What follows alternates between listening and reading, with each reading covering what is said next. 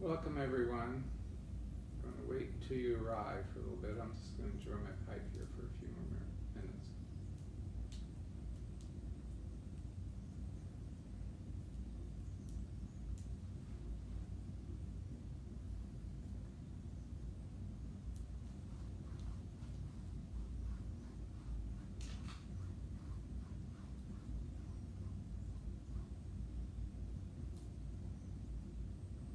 Hello. Glad to have you here.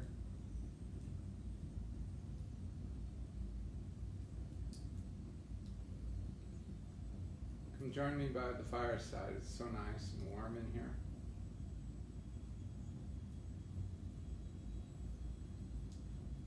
I took I think almost a 4-mile walk today. Some of it was through the forest, which I was really excited to do. Some of it was on the road, but it's all out in the country. And before I read to you, I want to show you some things I found, which are like things that you would find in the forest. I wonder if any of you boys and girls or parents have been taking walks in the woods. It's really a wonderful time of year to do that.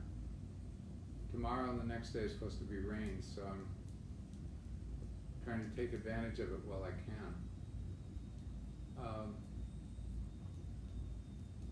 Out here where I live, there are lots of trails and roads to walk on, and it's a lot of fun to do so. I walked down by a creek. I walked to a ruined chimney that I'd mentioned before, and then I went way down to another place called Greystone and walked way up to the top of a hill. And there was a chateau named, it says Chateau des Esley, E-S-L-E-Y. Put an I and a U in there, I could make it headquarters for Mud Created, our new business. Tell you about that another time. Well, good to have you all here. I'm going to start in just a moment. I'm going to put my pipe down, and then we'll go from there. Hold on for 1 second.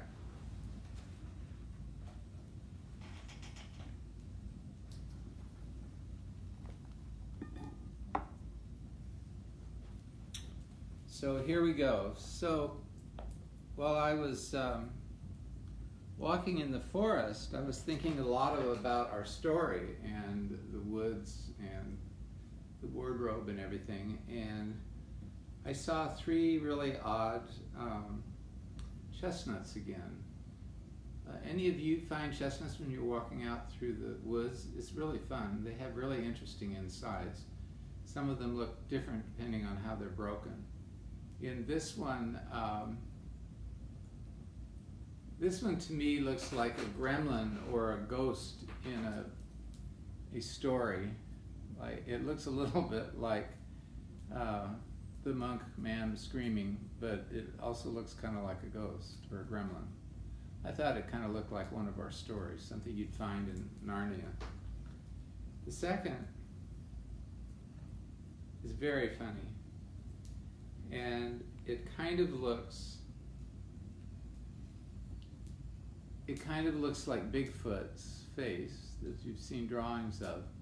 But if you look at it very closely in certain lights like that, it looks like my good friend Eric Weikart, who drives an awesome, totally awesome vintage BMW motorcycle, and we ride on it all through the hills and streets of San Francisco.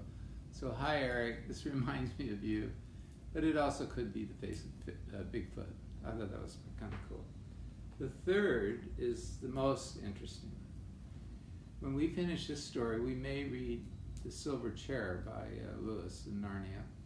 And there's a character in there named Glimfeather. Sorry, I'm sitting up too close. There's a name of an owl in his story called Glimfeather. And this looked to me like an owl's face, for sure. And this face, it's not only Glimfeather. We named the house we had before Twyla passed away Glimfeather Hall, and this house is called the Bridge Glimfeather Hallows. And Glimfeather Hallows is down by the creek, and there's going to be a bridge up to the ruined tower, which is a chimney. Anyway, More importantly, Nathan and Abigail, Nathan is my son-in-law, his mother's called Mama J, and we were staying there twice. We were at her house in Arlington, and on a cable wire up on the attached to the roof over the driveway, for 2 different times the most beautiful white owl just stood there and looked at us and hooted. It was so wonderful. Have any of you seen owls lately? Have you seen any in your walks around the neighborhood? You should listen for them. Sometimes mourning doves sound a little bit like an owl, but it's still different. I was greeted the other morning by an owl. He was calling to me as I came down to the kitchen. So today we're reading chapter 6. Let's all get cozy and comfortable by the fire, and I'll start reading. I wish the Macready would hurry up and take all these people away, said Susan presently. I'm getting horribly cramped. And what a filthy smell of camphor, said Edmund. I expect the pockets of these coats are full of it, said Susan, to keep the moths away. Mothballs are made with camphor. There's something sticking into my back, said Peter. And isn't it cold, said Susan. Now that you mention it, it is cold, said Peter. And hang it all, it's wet too. What's the matter with this place? I'm sitting on something wet. It's getting wetter every minute. He struggled to his feet. Have you ever sit on a wet surface and feel it come through your pants? It's pretty icky. Let's get out, said Edmund. They've gone. Oh, said Susan suddenly. Everyone asked her what was the matter. I'm sitting against a tree, said Susan, and look, it's getting light over there. By Jove, you're right, said Peter, and look there, and there. It's trees all around, and this wet stuff is snow. Well, I do believe we got into Lucy's wood after all. How about that? She wasn't lying. And now there was no mistaking it, and all 4 children stood blinking in the daylight of a winter day. Behind them were coats hanging on pegs, and in front of them were snow-covered trees. Sounds really beautiful, doesn't it? Peter turned at once to Lucy. I apologize for not believing you, he said. I'm sorry. Will you shake hands? Of course, said Lucy, and did. And now, said Susan, what do we do next? Do, said Peter. Why, go and explore the wood, of course. Ugh, said Susan, stamping her feet. It's pretty cold. What about putting on some of these coats? They're not ours, said Peter doubtfully. I'm sure nobody would mind, said Susan. It isn't as if we wanted to take them out of the house. We shan't take them even out of the wardrobe. I never thought of that, Sue, said Peter. Of course, now that you put it that way, I see. No one could say you had bagged a coat as long as you leave it in the wardrobe where you found it. I suppose this whole country is in the wardrobe. They immediately carried out Susan's very sensible plan. The coats were rather too big for them, so that they came down to their heels and looked more like royal robes than coats when they had put them on. But they all felt a good deal warmer, and each thought the others looked better in their new get-ups and more suitable to the landscape. We can pretend we're Arctic explorers, said Lucy. That was fun. Have you ever been to the Arctic? I have. I spent a summer on the Arctic Ocean and the Bering Sea in Alaska. It was amazing. The frozen water on top of the sea didn't go out until the end of June. That's when the thaw started. There's only about 2 months of thaw, and then it starts freezing up again. This is going to be exciting enough without pretending, said Peter, as he began leading the way forward into the forest. There were heavy, darkish clouds overhead, and it looked as if there might be more snow before night. Oh dear, I hope they don't get snowed in. I say, began Edmund presently, oughtn't we to be bearing a bit more to the left? That is, if we're aiming for the lamppost? He was found out. Edmund was found out. He had forgotten for the moment that he must pretend never to have been in the wood before. He was, of course. The moment the words were out of his mouth, he realized he had given himself away. Everyone stopped. Everyone stared at him. Peter whistled. So you really were here, he said. That time Lou said she met you in here, and you made that out as she was telling lies. That's really naughty of Edmund, I'd say. Do you ever tell lies to make yourself feel better about other people, to other people? That's not a good thing. There was a dead silence. Well, of all the poisonous little beasts, said Peter, and shrugged his shoulders and said no more. Peter was really in trouble. There seemed indeed no more to say, and presently the four resumed their journey. But Edmund was saying to himself, I'll pay you all out for this, you pack of stuck-up, self-satisfied prigs. Edmund had a really bad attitude. He would be kind of like a Pharisee. We'll talk about that a little bit later. He loved to shame everybody, and he was angry and mad. Where are you going anyway, said Susan, chiefly for changing the subject. I think Lou ought to be the leader, said Peter. Goodness knows he deserves it. Where will you take us, Lou? What about going to see Mr. Tumnus, said Lucy. He's the nice fawn I told you about. Everyone agreed to this, and off they went walking, briskly and stamping their feet. Lucy proved a good leader. They were stamping the snow off their feet as they walked. Lucy proved a good leader. At first she wondered whether she'd be able to find the way, but she recognized an odd-looking tree on one place and a stump in another, and brought them on to where the ground became uneven and into the little valley at last to the very door of Mr. Tumnus' cave. But there was a terrible surprise awaiting them. The door had been wrenched off its hinges and broken to bits. Inside the cave was dark and cold and had the damp feel and smell of a place that had not been lived in for several days. Snow had drifted in from the doorway and was heaped on the floor, mixed with something black, which turned out to be the charred sticks and ashes from the fire, this wonderful fire that Lucy enjoyed when she was there. Someone had apparently flung it about the room and then stamped it out. The crockery lay smashed on the floor, and the picture of the fawn's father had been slashed into shreds with a knife. This is a pretty good washout, said Edmund. Not much good coming here. What is this, said Peter, stooping down. He just noticed a piece of paper which had been nailed through the carpet to the floor. Is there anything written on it, asked Susan. Yes, I think there is, answered Peter, but I can't read it in this light. Let's get out into the open air. They all went out into the daylight and crowded round Peter as he read out the following words.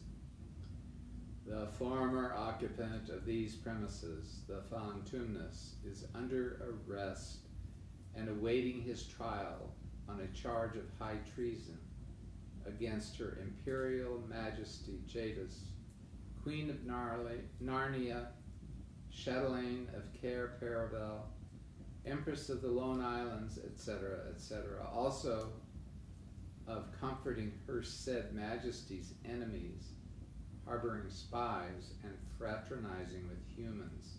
It's pretty serious accusations. Signed Maughrim, Captain of the Secret Police. And then Maughrim says, "Long live the Queen."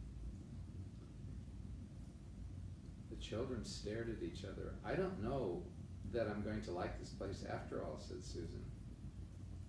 Who is this Queen Lou, said Peter. Do you know anything about her? She isn't a real queen at all, answered Lucy. She's a horrible witch, the White Witch. All the wood people hate her. She'd made an enchantment over the whole country so that it's always winter here and never Christmas. How many of you out there love Christmas? I do. I'm always disappointed that Christmas doesn't last longer. It's always a letdown after it does. I'm glad you like Christmas because I think it's a wonderful season. Let's go on. I wonder if there's any point in going on, said Susan. I mean, it doesn't seem perfectly safe here, and it looks like it won't be much fun either. And it's getting colder every minute. And we brought nothing to eat. What about just going home? Oh, but we can't, said Lucy suddenly. Don't you see? We can't just go home, not after this. It is all on my account that the poor fawn has got into this trouble. He hid me from the witch and showed me the way back. That's what it means by comforting the queen's enemies and fraternizing with humans. It's all about me and him. We simply must try to rescue him. Again, Edmund.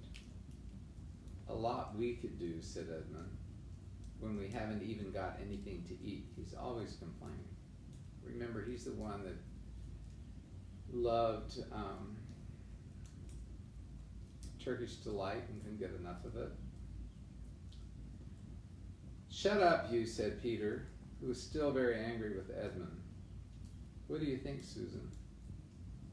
I have a horrid feeling that Lou is right, said Susan. I don't want to go a step further.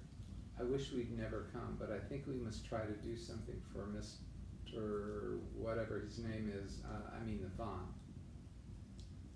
That's what I feel too, said Peter. I'm worried about having no food with us. I'd vote for going back and getting something from the larder, only there doesn't seem to be any certainty of getting into this country again once we've got out of it. I think we'll have to go on. So do I, said both the girls. If only we knew where the poor chap was in prison, said Peter. They were all still wondering what to do next when Lucy said, look, there's a robin with such a red breast. It's the first bird I've seen here. I say, I wonder if birds can talk in Narnia. It almost looks as if it wanted to say something to us. Now, this isn't just a story. Like the other morning, now that the airplanes aren't flying and birds are coming out, it's more spring.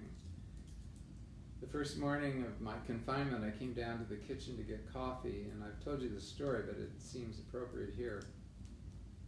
I saw the cable out to the boxwood maze wiggling, and I heard chirping. It just started chirping really loud at me. The next thing I knew, there was a robin or a grackle, I'm not sure what it was, sitting right in front of the window next to me and looking at me and chirping until I saw him, and then he flew off. Then he came back later and he had dry leaves and straw in his beak. He was building a nest. So then I went to fill my coffee cup and wash the cup out at the sink, and I looked out and there was another robin on the ground picking up nuts and straw for his nest. He chirped and chirped really loud at me until I looked at him, and then he looked at me and he left. So this happens in real life. This isn't just in Narnia. Maybe they can talk. Maybe we don't know how to listen to them. There's a robin with such a red breast. It's the first bird I've seen here. I say, I wonder if birds can talk in Narnia. I've already read that, but you know what? The other day, Abigail, Nathan, and I were walking down by the creek, and we saw a whole bunch of cardinals, which are red all over. And I even saw a blue jay the other day, which I don't see very often out here. It's the first bird I've seen here. I say, I wonder can birds talk in Narnia? It almost looks as if he wanted to say something to us. Then she turned to the robin and said, please, can you tell us where Tumnus the fawn has been taken to? As she said this, she took a step toward the bird. It at once flew away, but only as far as the next tree. Then it perched and looked at them very hard as if it understood all they'd been saying, just like me the other morning. Almost without noticing they had done so, the four children went a step or two nearer to the robin. At this, the robin flew away again to the next tree and once more looked at them very hard. You couldn't have found a robin with a redder chest or a brighter eye. Do you know, said Lucy, I really believe he means us to follow him. I have an idea he does, said Susan. What do you think, Peter? Well, we might as well try it, answered Peter. The robin appeared to understand the matter thoroughly. It kept going from tree to tree, always a few yards ahead of them. That's happened to me out here too, but always so near that they could easily follow it. In this way it led them on, slightly downhill. Wherever the robin alighted, a little shower of snow would fall off the branch. Presently the clouds parted overhead and winter sun came out, and all the snow around them grew dazzling bright. They had been traveling in this way for about half an hour when the two girls in front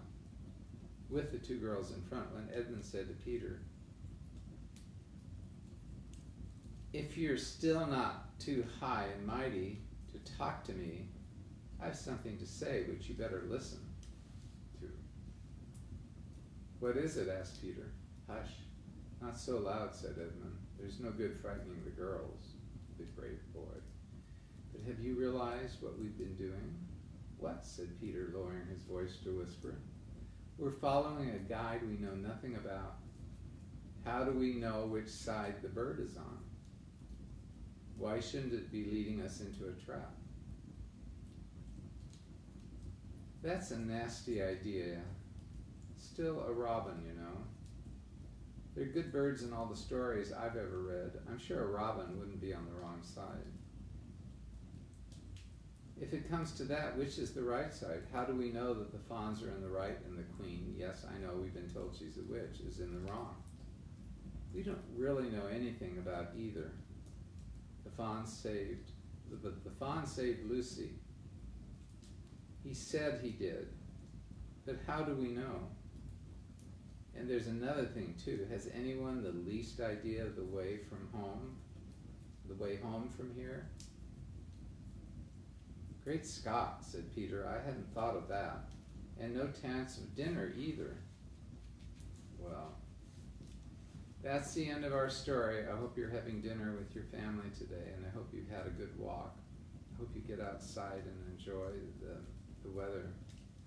You know, I mentioned this the other night, and I'm mentioning it again, that according to the media, it seems like the only thing we have is the world that we live in, which is like a blank canvas, like a stage, and we are just left to be the survival of the fittest.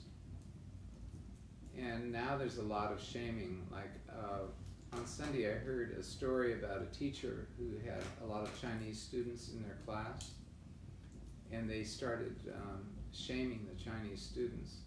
Very much like stories I heard from my mother when they lived in San Francisco during World War I. Anybody with a German name would be shamed, and they actually would hiss and spit on them. Jewish, but not even Jewish, just German. So people are always trying to make themselves better than other people. And I think sometimes we do that in some of our traditions of faith, in the Christian faith, in the sense that we believe that we can, just by our willpower, make ourselves holy and not be consequences of the fall. And so we end up becoming like the Pharisees. If Jesus is our elder brother, we need to listen to him. And for the last few months, I've been listening to all the stories about Jesus' encounter with the Pharisees. And the word repentance, which we use as using your willpower, is only results in self-righteousness and self-importance. And what Jesus was saying is that the righteousness of the Pharisees was not righteous, that it was only to puff up. So I don't mean to get off on this bunny trail, but I've been thinking about it a lot. Shame fuels that. And in our society, it seems like the more evangelical side of the church adopts the survival of the fittest and a neutral place, that we're left to manage ourselves instead of opening ourselves to the grace and love of God. The primary way that's done, at least the way I see it, is through the nuclear family.